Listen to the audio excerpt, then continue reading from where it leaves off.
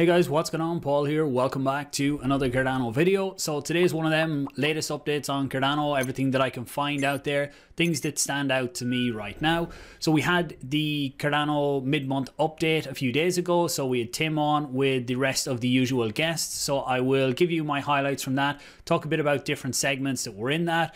Seeing lots of DEXs coming out on testnet and some making it to mainnet at the minute. Some probably shouldn't make it to mainnet yet, but I will talk about that. As well as SundaeSwap, we had our onboarding call last week to learn more about the protocol and how we will work as scoopers. So I'll give you the latest updates I have on SundaeSwap as well as the taste test which they are using to set their price. So I'll talk about that when we get to it. WorldMobile going on to exchanges this week, which is great to see, so I'll talk about that as well. And I also had Stephen on from Wi-Fi yesterday. I recorded a call with him with the latest updates on what's going on there, so I will post that probably this evening or tomorrow, and that will be linked down below as well. If you get any value from this, please do share it out. Let me know your own thoughts on the different projects, the different state of things right now, the markets, whatever you want down below. And also we will look at the markets towards the end. I don't see much changing over the next week or so with the Christmas period, but we'll take a quick look at that anyway. So let's jump into it.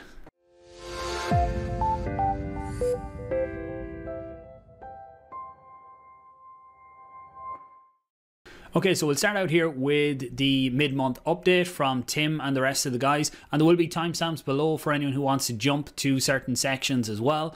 So first up, he had Nigel talking about the different dApps that they are talking to on a constant basis. They seem to be reaching out to new dApps, building on Cardano all the time to see what they need, where they are, and anything that they're noticing on the network as well.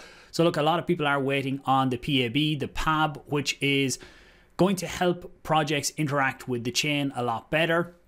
And we do have the likes of SundaeSwap who have built workarounds and are going to do things a bit different, but the majority of dApps are waiting on the PAB. I would say the PAB isn't the only thing that is going to be key to kicking off DeFi on top of Cardano. We also need scaling, but I'll talk about that in a second as well. So he goes through some of the different projects that they are talking to and what the latest is on development. With the PAB, they're breaking things into different libraries because different projects need different elements as well.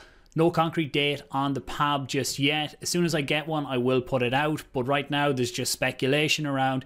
I talk to different teams all the time. I'm hearing January, I'm hearing February, I'm hearing late March. So I don't have an actual date on that yet.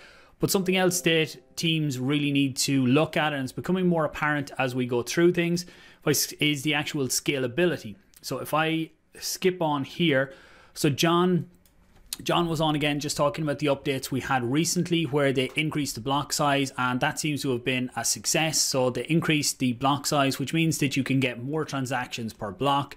I think they are going to look at doing this again as well, increasing the block size. They haven't set any numbers or when it's going to happen. But again, that will mean more transactions can go through. Another aspect that they will be looking at is reducing the time between blocks, because on Cardano right now, every 20 seconds or roughly every 20 seconds you get a block. So that's great, but there is scope to bring it down. What they need to do is kind of balance it out, because all blocks still need to propagate across the network within 5 seconds. So it has to get consensus in that. But if they bring that down, what it means is that you will get quicker confirmations on your transactions as well. So say they bring it down to 10. I don't know how low they can actually bring it. But if they brought it to 10, it would mean that you would get twice as quick confirmations on chain. As well as that, if you were getting twice as many blocks in a minute, it means twice as many transactions can actually go through. So as well, these types of changes, they do have their limitations because you do have to balance it out and make sure the network can handle it. Longer term, Hydra is the solution, which is going to be the ultimate scaling solution for Cardano. And I had thought it was going to be later 2022 when we'd see some of this. But from what I'm hearing, kind of nothing official yet. We could see that a lot earlier than I was expecting, which is great news to hear. And I think when we started to see the dApps coming out and testing, they started to realize that yes, we need to get the scaling up to scratch right now. They also had, Kevin was talking here with Pi, and does he have, where is this part? So he talks here about what they've seen so far on the testnet. and they can actually operate at 95% of the capacity that Uniswap over on Ethereum produces right now, which is absolutely massive for something at this early stage. But that's great to hear. But what you need to also take into account is that that would be just SundaeSwap running. They would be taking up, now this is if they were running at that capacity. I don't think we will hit that type of level just yet, but I don't think it's that far away when you look at the size of the community that is there and the interest that is there within Cardano for DEXs and for trading in general. So to achieve that 95%, they will be taking up the majority of the resources on the network. So that wouldn't account for all the other DEXs that are building, the money markets, the other apps, the other dApps, and everything that's building. So we need to bring the scalability into that. And that's where increasing blocks, reducing times between it, and even Hydra solutions come into it. So that's why they really need to be escalated along, because as soon as we have the PAB, then that's when we're going to really see things kicking off at that stage. Also in this, we had John was back on talking about some of the improvement proposals that are coming out as well. And some of these, I'm not going to dive into the details on them. He actually does a very good job of breaking them down. But he talks about the different ones that are there. And again, they're all in around making life easier for the developers, with allowing, some of them are going to allow developers to read transactions with the EUTXO model. Sometimes what you have to do is actually spend the EUTXO to read the data or to use the data and then recreate it. But they're looking at ways that you can actually be able to just use it with some of the read elements in that. Again, I'll let you guys go into that. And then we had Kevin on talking about the peer-to-peer testnet that is running, seems to be running very successful. I'm not a part of that just yet, but all in all, from what I'm hearing from people that are, it is running very well. This is what we will see, the transition of the network going to peer-to-peer throughout 2022. And just on that, for people who are interested in more of the technical deep dive on Cardano, I would definitely recommend checking out Andrew's channel here. He does some really great in-depth deep dives into more on the tech side. This one here was on the P2P networking. So I'll put a link to that channel down below. It's great for anyone who wants to understand a lot deeper what's going on behind the scenes. So that was it from the mid-month update then. So we'll lead into SundaeSwap since they were in it, and then we'll talk about the other DEXs. So SundaeSwap testnet still running. They're making improvements as it goes. We did have our onboarding call last week about the scoopers. So I was voted in, the community voted me in, which I'm very thankful for, to be one of these scoopers within the network. And that also means that people in my stake pool will earn Sundae tokens when the ISO starts. Still don't have a date on when they're going to mainnet, because that's what's going to kick off the ISO as well. As soon as I get that, I will let you guys know. This week, throughout this week and into next week, we are being onboarded onto the testnet to start running the scoopers, get used to it there. So in reality, I don't see us launching within the December timeframe right now. I could be wrong on that. That's just my perspective from what I see. When we're going on to the testnet this week and they're still fixing things, I would be looking at hopefully an early January release, but that's my opinion, nothing concrete from the team. Just on the price then, so how they're going to set the price. This is another hot topic on what the price is going to be. And actually another one I keep getting is, how many Sundae tokens will people get for the ADA they're staking? We don't actually know that, because the way it's working is they're putting up 5% of their supply over 5 epochs. So there's 1% per epoch.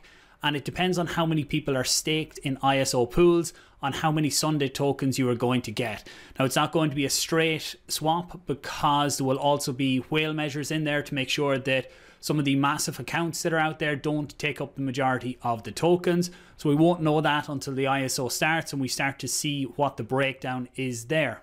Okay, so then how are they going to set the price for the SundaeSwap token?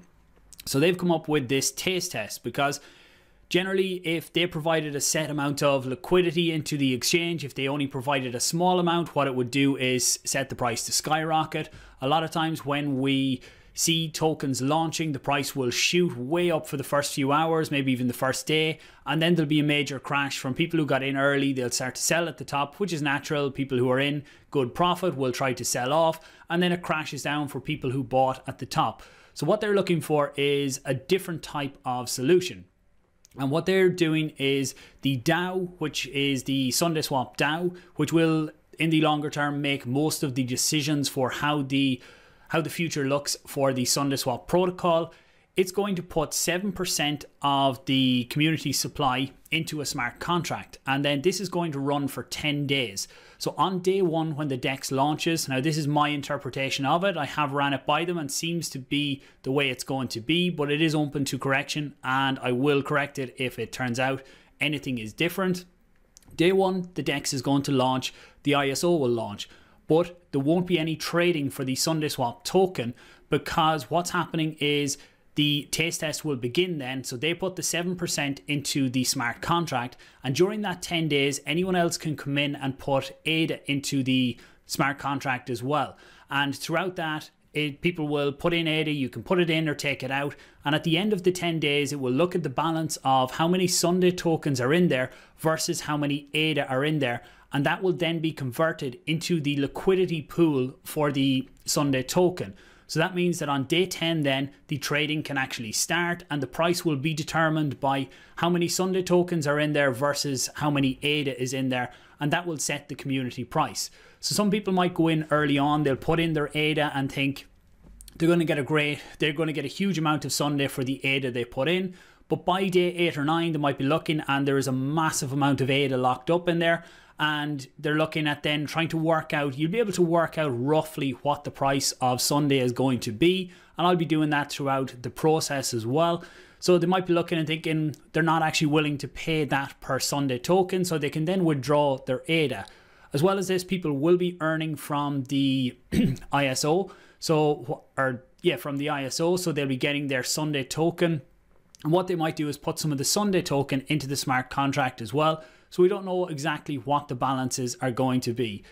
That's how I see this playing out. I will do further videos on it, and as it's running, we'll take a look at how the price is potentially looking, depending on how many Sundae and how many ADA are in that pool.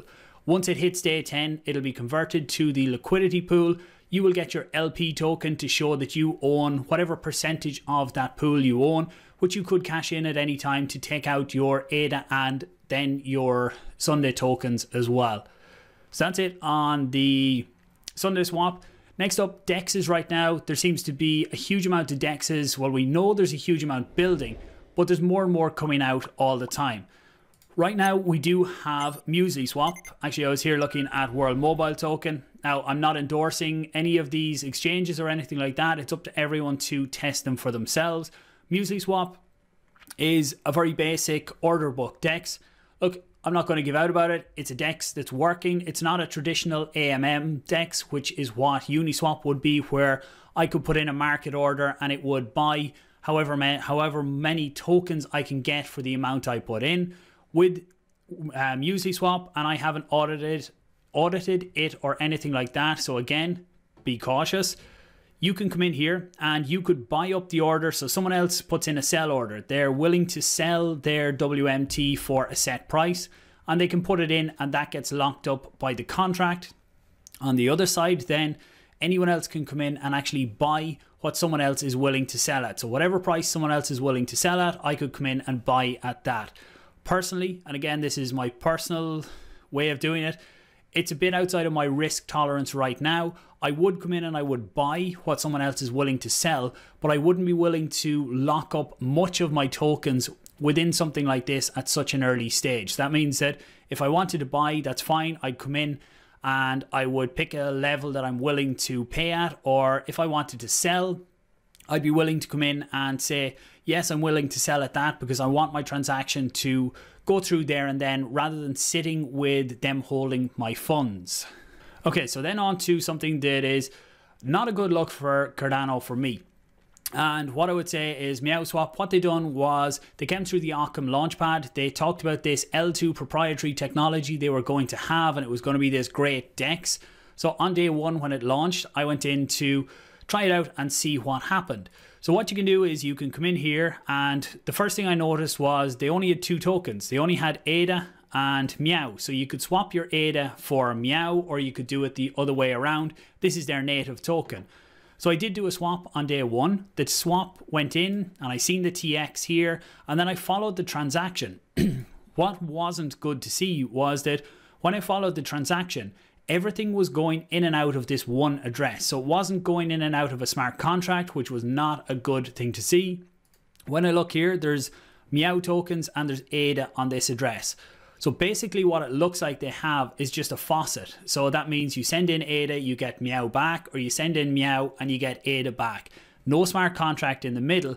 And on top of that, when you actually look at it, they're only doing one transaction per block, which is insane. For a project to launch on Cardano, after everything we had with concurrency and the different FUD that was out there saying Cardano can only do one TX per block, to actually come out and launch something like that while you're still claiming to have this proprietary tech is just, it's crazy to me. And it's not a good look. Even if they do actually have the tech and this brilliant system behind, what they have done to their name now and their trustworthiness is just completely crushed it within the community. They will have a very long road to come back from this because of the damage they have done. For if the project has a marketing team, I don't know how any marketing team would think it would be acceptable to put this out, or even a tech team should know that this isn't acceptable to put out, especially in a community that has had the concurrency, what's the right words for it, the concurrency discussions over the last few months. So again, look, teams that are looking to put stuff out, it's something that has made me think before, maybe I need to do a consultancy thing just to look over what projects they're doing before it goes public and say, look, you can't do this, this, and this, because sometimes I don't know what the project is like underneath here, but this is in general. Sometimes you can have really great projects with really great tech, but they just don't understand what the market or how the market is actually going to perceive things. So sometimes getting external consultations and stuff like that, just to get a better feel for how a market will take something, is going to be very important, because first impressions really do last when it comes to something like this. So on to slightly better news then on DEXs. We see ADAX Pro. I've had dApps on before. They have now passed their security audit for, it says here, phase 1, so they feel comfortable with ADAX deploying their demo on testnet. So we should probably see that fairly soon. They do say that in January they will look at phase 2 prior to the PAB. I'm not sure exactly what that means, but maybe they're just worried about the PAB having some changes. But again, good to see progress there, and it will be great to see whenever they do come out on testnet as well. And one more DEX that kind of came out of, I'd heard rumors that these guys were building a DEX. Wingriders is a new DEX that has come out. So Wingriders is from the NuFi wallet, which is also a new wallet. It allows you to stake on multiple chains. So far they support Cardano and Solana. They're bringing in Near, Ethereum and Bitcoin next year as well. It's one I'll probably do a dedicated video on to look fully into what it is. But this is the really good part here. It's powered by Vacuum Labs. So anyone not familiar with them, they're the guys that built the ADA Lite wallet, so have been around the community for a long time. They know exactly what's going on. The ADA Lite wallet is a really great wallet. It's, I suppose, even for SPOs like myself, it's even better because they let you do extra functionality, especially when using hardware wallets with our stake pools. They let you sign different transactions in an easy way. So again, it's definitely one that has my attention and I need to look into. You can see I was locked out here, so I'll just go back in to show you. But again, I'll do a deeper dive video into it at another time. Now again, this is on testnet as well. Let's just see. So I'm logged in here. You can see the assets that I have. Just to show you on the accounts, actually, you can see it holds Solana accounts or ADA. But down here then, Wingriders is the DEX. And when I go into swap in here, you can see the normal swap functionality that you have here. You would select the asset you want and then what you want to change it to. So USDC, so say I wanted to swap 10 ADA, then I would get 745 USDC, and you can see it's not pegged to USDC. It's just an asset on the Cardano blockchain. So you'd set what you want, click submit, put in my password, confirm, and then it should go through like that as well. So what I'll do is I will do a full video on this, looking deeper into it, looking into the wallet solution that they have. I really do need to get an updated video out on Cardano wallets because I done one earlier in the year, but a lot of things have changed. We have new wallets like this one. We have CC Vault, we have NAMI, lots of different changes out there. So it's something that I do need to look into. So you can see actually that swap has been submitted to the blockchain. And when I see there, it's been transferred out. You can see other tests that I done there. So we'll wait and see. It will come back in then and give me back the assets that I swapped for. Now, I haven't seen how they work things behind the scenes, but that's definitely something I would like to look into as well over the next week or two whenever info starts to come out on that. Okay, and one more quick thing before we finish up is that WorldMobile are launching on 3 different exchanges this week. They are launching on Bitrue, Bitmart, and MEXC Global. So I know the community has been waiting for this for a long time now. So if we look at, they're launching on Bitrue and MEXC on the 23rd, and they're launching on Bitmart on the 24th. For me personally, I will probably have both Bitrue and MEXC open. I have both exchanges already. I have accounts on them. Bitmart did get hacked there last 2 weeks ago now or something like that. I know the Cardano native assets were safe and Ardana is trading there. But for me personally, I will go with MEXC because they have the higher liquidity, and Bitrue then as well to keep an eye on the price on both. I'll put links to both exchanges down below. I don't know if I have any trading discounts or not on them. If I do, they'll be included, but I'm not sure if they give any. But it will be great to see them finally go live there. Also, Zach from the team, I will be having Zach on the channel next week for an interview to kind of get a feel for what's going on with WorldMobile now, the rollout, the network, how things are working, and we can also talk about how things shape up after things launch this week as well. He did give this out in one of his AMAs with MEXC. So they're working to create strong staking mechanics for LP tokens for people who decide to add liquidity to WMT or WMT, whatever kind of pools on DEXs. And they'll be doing that through their own vault. So potentially there might be extra yields. Now this is me reading into it. There might be extra yield for if you set up a liquidity position on one of the DEXs. So they will go on DEXs as soon as they are available as well. So you take the LP token you get and then you stake that through the vault. That's what I'm guessing, but I might be able to press Zach a little bit more on that when I get him on the channel. And if you have any questions for WorldMobile, leave them down below as well, and I can put them to him next week when I have him on. So we'll finish up with the markets then.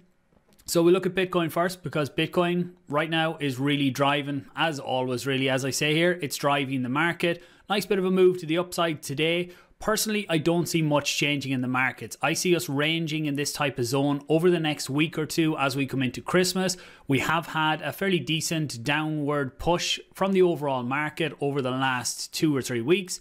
And some of this could be down to less activity in the market, as well as tax loss harvesting for some people. That's where people come in and towards the end of the tax year, they will sell off some of the assets that they are in a loss for to realize that loss. And then next year, early next year, they can rebuy. Some countries, though, there is laws where you can't own the asset for 4 weeks, or if you do, it's not considered. You can't claim the loss. It's just like wash trading. So again, there's lots of different ways in around that. And I'm definitely not a tax advisor, so I would not recommend taking advice for something like that from the internet. Definitely talk to real accountants, tax advisors, and financial people for that type of stuff. That's just some of the reasons that could be there. I know there's talk of the bull run is done and this and that. For me personally, I don't think it's done. I do think we will see a push up for Q1 next year. After Q1, I'm not sure where we're going to be. If we look at the ADUSD price, you can see the same thing down, starting to get our accumulation zone in around here. In around the low 120s is over the last 2 weeks or so. Is where we seem to be getting the support right now. And lots of people are worried about the ADA price.